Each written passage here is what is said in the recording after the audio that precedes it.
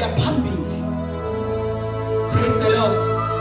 Bayifunda izikaNkulunkulu incwadi yeSambulo uthi ngabona omunye ubuso bokhozi.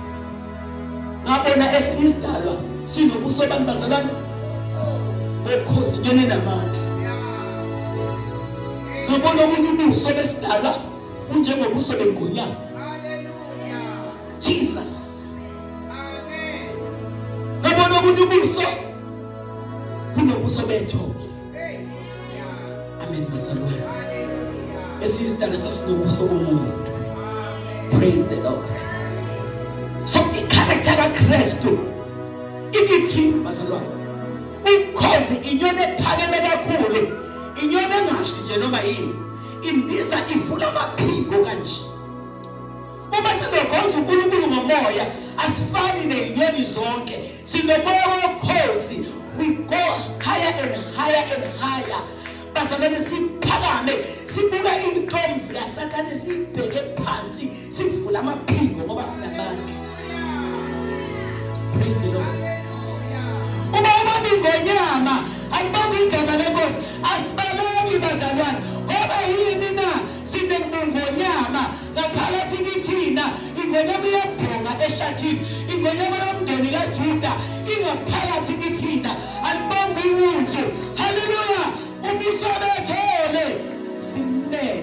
Amen. Simnene umuntu akazekanisa siphile emakhanda, ukugcoba umuntu ongakhona ube mnene. Why? Si represent ukulunga kaNkulunkulu. Hallelujah. Amen. Hallelujah. Shayini izandla nishayini izandla. Sesiyafana. Thank you Lord. Bazalwane, angazi ukuthi bengishona ngibheka phi lapha ke ngiye khona. Ngoba umoya uphephetha lapho uthanda Amen. khona. Amen bazalwane. Hey, ngibingelela abafikile abantu bami ngiyanemukela endaweni kaNkulunkulu, endaweni yamandla. Indawo yani le yamandla. Mawuphuma la, uphuma mawuyivuma lento kaJesu, uphuma unamandla. Bethu uSathane ubeka into zakho uthi hey angikudli lokhu ngukhuzi mina. Angidli into engcolile ngoba ugcwele ini.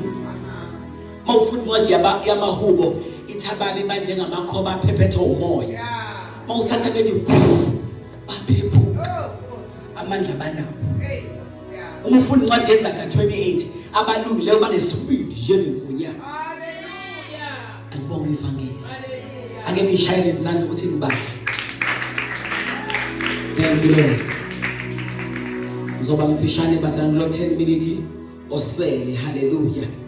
Cela singene incwadi yamaHebrew chapter 11 egameni lika Jesu. Ngibonga uNkulunkulu umoya ingcwele. Ngiyazithoba phansi kwakhe umoya ingcwele. Hallelujah. Ngibonga igama lenkosi. Iyeza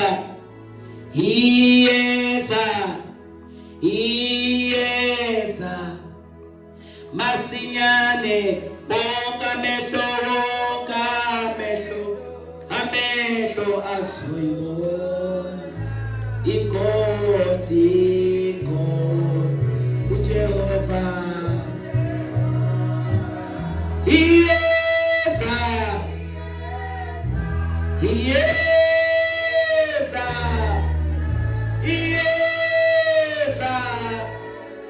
masinyane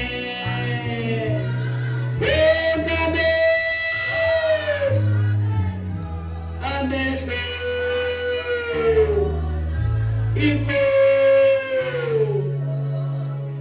Jehova. Hebrew 11 verse 24, verse 25, verse 26. Sikhuleke. Amen. Hallelujah. Hebrew chapter 11 Yeah. verse 25. Hallelujah. Kunalokho wakhethwa kuphathwa kabi. Okay, ngicela siqale vele 23. 23. Yebo. Ngokukholwa uMose esezele wafihlwa ngabazali bakhe izinyanga ezintathu ngokuba bembona engumntwana omuhle abawesabanga umyalo wenkosi. 23, 24. 24. Ngokukholwa uMose esekhulile wala ukubizwa ngokuthi indodana yendodakazi kaFaro. 25. Kunalokho wakhetha ukuphathwa kabi kanye nabantu bakaNkulunkulu kunokuba athokoze isikhashana esonweni. 26. Ethi ukuthukwa ngenxa kaKristu kuyimfuyo enkulu kunencebo yaseGibhithe ngokuba wayebheke umvuzo. Cela ukhuleke. Moya ongcwele siyabonga ekuseni, izwi lakho lingamandla, izwi lakho lingamadoda asiqondise endleleni. Siyabonga moya ongcwele, khuluma ngale ekuseni kulona loyo moya ongcwele uchasise egameni likaJesu. Amen. Haleluya. Kunezinto ezimbili la, ezimbili noma ezintathu engifisa sizibuke. Number 1, ukuzalwa. Awutshela umakhelwane ukuthi ukuzalwa. uMose esezelwe wafihlwa. uMose esezelwe wenze njani bazalwane? Wafihlwa. uJesu naye esezelwe wafihlwa futhi naye. Kunabantu abathi babezalwa nje umzalwane angayifihle i-expose esitheni. Kunabantu abake beshare amaphupho abo nabantu abarong. Kunabantu abathi mababe bekhona nje umzalwane ethi mangabe esindiswa emukela uKristu engafihleki indawo. Kodwa uma engezufihleka kanjalo uba yi-victim yemoya. Uba yi-victim uyantenga ngoba uthe bezalwa wazalwa waba exposed esitheni. Yangaba bikho lento yokufihleka. Psalms 91. Uthela umzalwane mayebukela uJesu akafihleke endawo akakhuleki. uMose wathi ezalwa wafihlwa akakhuleki akalifundiswe u-expose uSathane kodwa usezelwe yena. Alibonge igama lenkosi. Wakhula wathukiswa wakhula awutshela umakhelwane uthi ukukhula. uMose esekhulile wakhula ufihliwe. Uthe mayifihla wathola ithuba lokwenzani lokukhula. Alibonge igama lenkosi. Wazalwa wasindiswa ngoba umuntu kufanele azalwe kabusha. Uma umuntu ekuKristu uyisidala esinjani esisha. Wathi mangabe esezelwe bese yafihlwa wafihleka futhi. Ukufihleka kwakhe kwamenza wakhula. Awutshela umakhelwane wakho ukuthi ukukhula. Praise the Lord. uMose ukuba kazange afihleke wayezofa spiritual. Yesu wase kunabantu ofika behamba kanti spiritual sebashona bekho. Why? Ithuba lokuthi umzalwane efihleke ebe kwi-closet noNkulunkulu efuna uNkulunkulu efune lento umntwana lo amtholile efihleke akafihlekile umntwana u-expose ey'ntweni ey'ningi.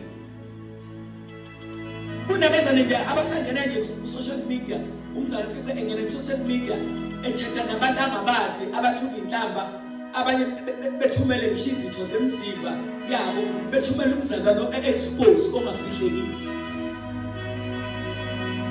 Umzalwane ongafihlekile akanaso isikhathi sokuthi nje akathi kuleli viki ngifuna uNkulunkulu impilo yakhe ayifihlekanga.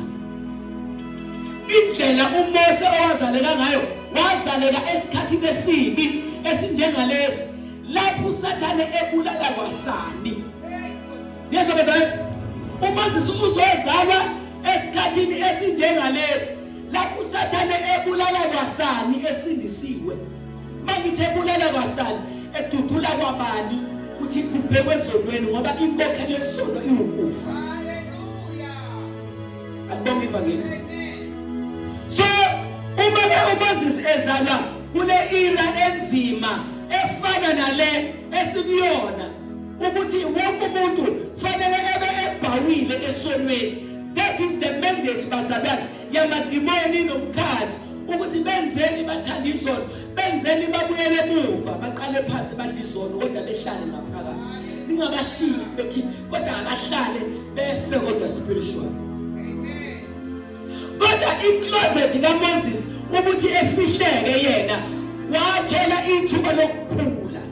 Wathola ithuba lokwenza kusho ukuthi mawuzozalwa ungafihleki indawo, usindiswe ungafihleki indawo, ungabi naso isikhathi sokufuna uNkulunkulu, ungabi naso isikhathi sokufunda izwi, ungabi naso isikhathi sokuzila ukudla, uzebe kodwa ufihlekile. Amathuba okukhula mancane kakhulu. Halibonga ivangeli. Lithi ke izwi loNkulunkulu ngokukholwa uMose esekhulile. Ake nithi ukukhula futhi. Ake nithi ukuzalwa. Ake nithi ukukhula. Praise the Lord. uMose esekhulile wala ukukhula kwamenza wala wenza nje kubazalwane. Ukhona ophethe iversion yesingisi, mhlawumbe isingisi sibeka kangcono. Ukhona ophethe iversion yesingisi. Praise the Lord. Hallelujah. Thank you Jesus. Yebo egameni lika Jesu. Hallelujah. Mamgobese uverse bani loyo. Amen. Thank you Lord. Wala alokho uMose ngokukholwa uMose esekhulile. Number 1 kukhona ukukhula. 2 yebo wala ubizwa ngokuthi wanqaba ngoba usekhulile kunezinto engasayimukeli. Yebo wala ubizwa ngokuthi indodakazi yendodana kaFaro. uyindodana yendodakazi kaFaro. Ithini i-English version? Thank you mama umqungephe. Bapha besingisi abafundile. Nguthisha phela mina njalo. Yeah. By faith, Moses, when he was come to years, Yes. refused to be called the son of Pharaoh's daughter. Wanqaba. Into yamenza ukuthi wanqaba uMoses, wanqatshiswa ukuthi usekhulile. Izinto bezane ezenzeka kithina as abazalwane zidetermine ukuthi sikhule kangakanani enkosini. Kunabantu abathi bezalwa bangafihleki, baqhubeke babe bancane, baqhubeke bebenzani bazalwane. Uzwe ngisho ukwenza ukukhuluma kwakho uthi incane enkosi. Iminyaka imdala kodwa yena enkosini ungakanani? Iminyaka yenyama miningi kodwa yena enkosini unjani? Mncane enkosini. We-expose akukhuleki. Uma ke bazane kungakhulekanga enkosini, umzalwane uthatha noma yini ebekwa phambi kwakhe. Why? Ngoba immaturity yokuthi mina ngubani, mina ngiphila kanjani, mina ngihamba nobani, ngihamba ezindleleni ezinjani, uyakwazi ukubona ukuthi mina ngubani.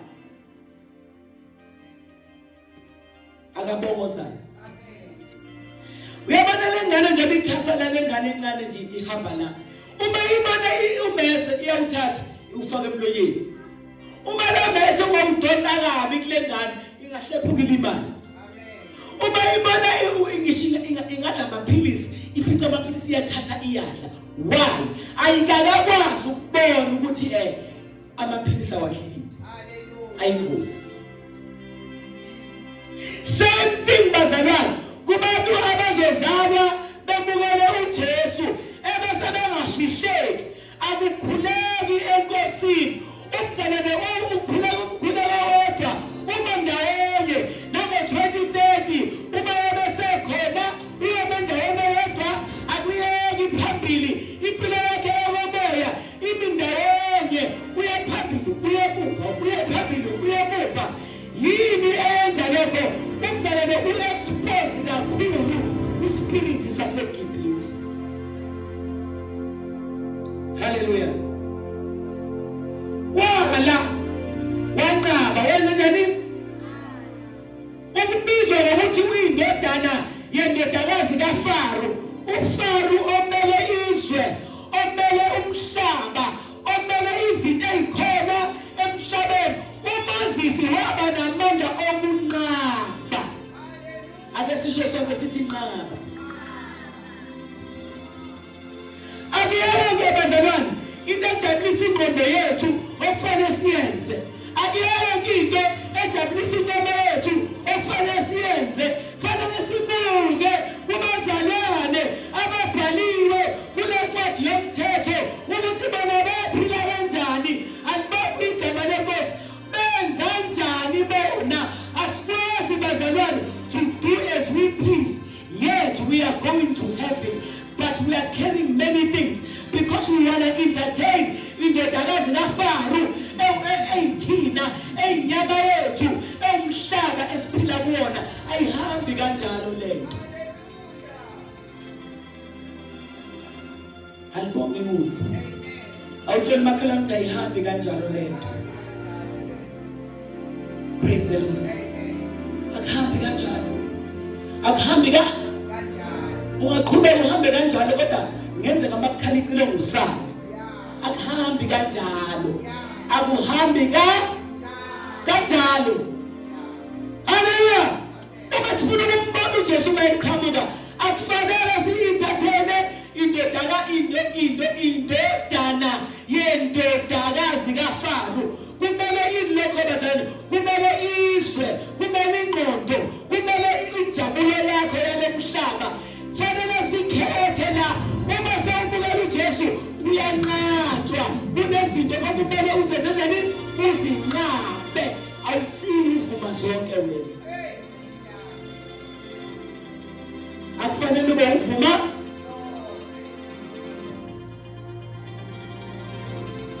Into engakwenza ukuthi ube uvuma zonke, one, uthe mawuzalwa wangafihleka.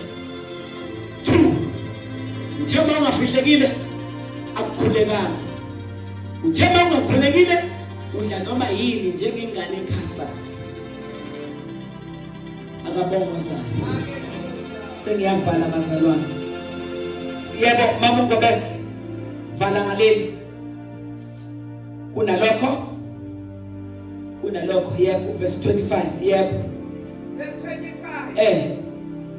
Kunalokho wakhetha ukuphathwa kabi kanye nabantu bakaNkulunkulu. Yebo. Kunokuba athokoze isikhashana esonweni. Injabulo yesono, injabulo yesikhashana. Kunabantu abalahlekelwa yi-eternity ngoba bafuna injabulo yesikhashana. Mina nginankinga bazali futhi khona into engiyinqumile, angifuni ukulingisa umuntu mina. Kunabantu abeke beshumayele ku TV yethu umuntu, hey ngifuna ukufana nobani, ngifuna ukufana namuntu mina. Ngifuna ukuba yimshi. Uhambo lwami ngifuna ukuhamba njalo. Angifuni ukudatshukelwa umuntu futhi mina. Akabonga sana. Injabulo yesono, injabulo yesikhashana. Kunabantu abayinqaba injabulo yesikhashana. Bakhetha ukuhlupheka. Ukuhlupheka ukuthi abantu bethi bayajola wena ungajoli. Kuthi njengoba kubanda kanje begijima abantu beshintshwe njengamasokisi. Beshintshwe njengamasokisi, beshintshwe abafana.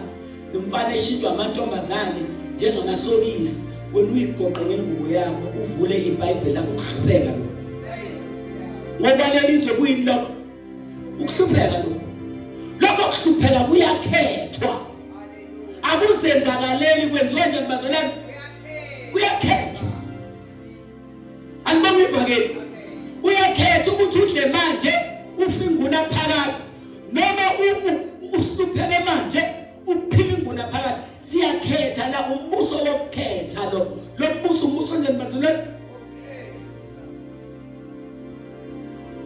khona abanye futhi beqhubeka nje besenze hayi koze kuyiyeka kalela hawu kahle wena kanjani kanti bakhetha abantu hayi sengenzela uma umfundisi mawenzela uma umfundisi basobha amakhala icule uzosala ibaredi ukuthi abantu abangakhona bazokubhaqabula ngemvubu ngoba bazothi bacela ubashumayeze nawe awubashumayezi nabo bayakhala ngoba abazane kusazokhalwa kusazokwenziwa njani sesihambile sesinyamalele sizonyamalala phela njengoba kukhale abantu babekhatshwe iCovid basazokhaliswa ukuthi sinyamalele abazi ukuthi kwenzekeni umhlaba wethu uzoshayana ngamakhanda ngoba sizohamba thina esikhethi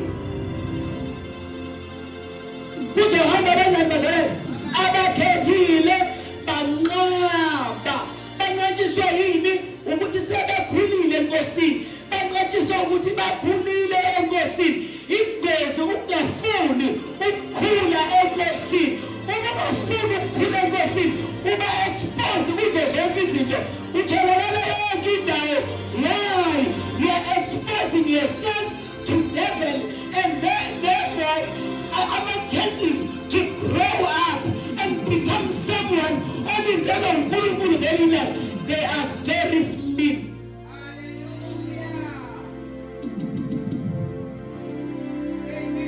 You are full of yourself. You are full of yourself. You are full of yourself. Ugcwele kakhulu kuwena, uyiphethe wena. You are arrogant. Ngesingisi kuthiwa you are arrogant. You are too proud of yourself. Hallelujah. Thank you, Lord. Uma bazalwane sifumana ukungakhula enkosini, sisengozini enkulu. Sisengozini yokubuyela emuva. Bethe abantu hayibo, wena sasikwazi nje ukuthi uyakhola. Yini manje ama-chance ukuthi sibuyele emuva siyaphica udaka. Nani bazalwane udaka nabantu abangakholwa maningi. Hallelujah. Lentshumela ngazuthi iphuma kodwa iphuma kumoya. Amen. Hallelujah. Hallelujah. When you are exposed entweni, you are too exposed sokuba kubangani abangakholwa. Ulabangani abaningi abangakholwa.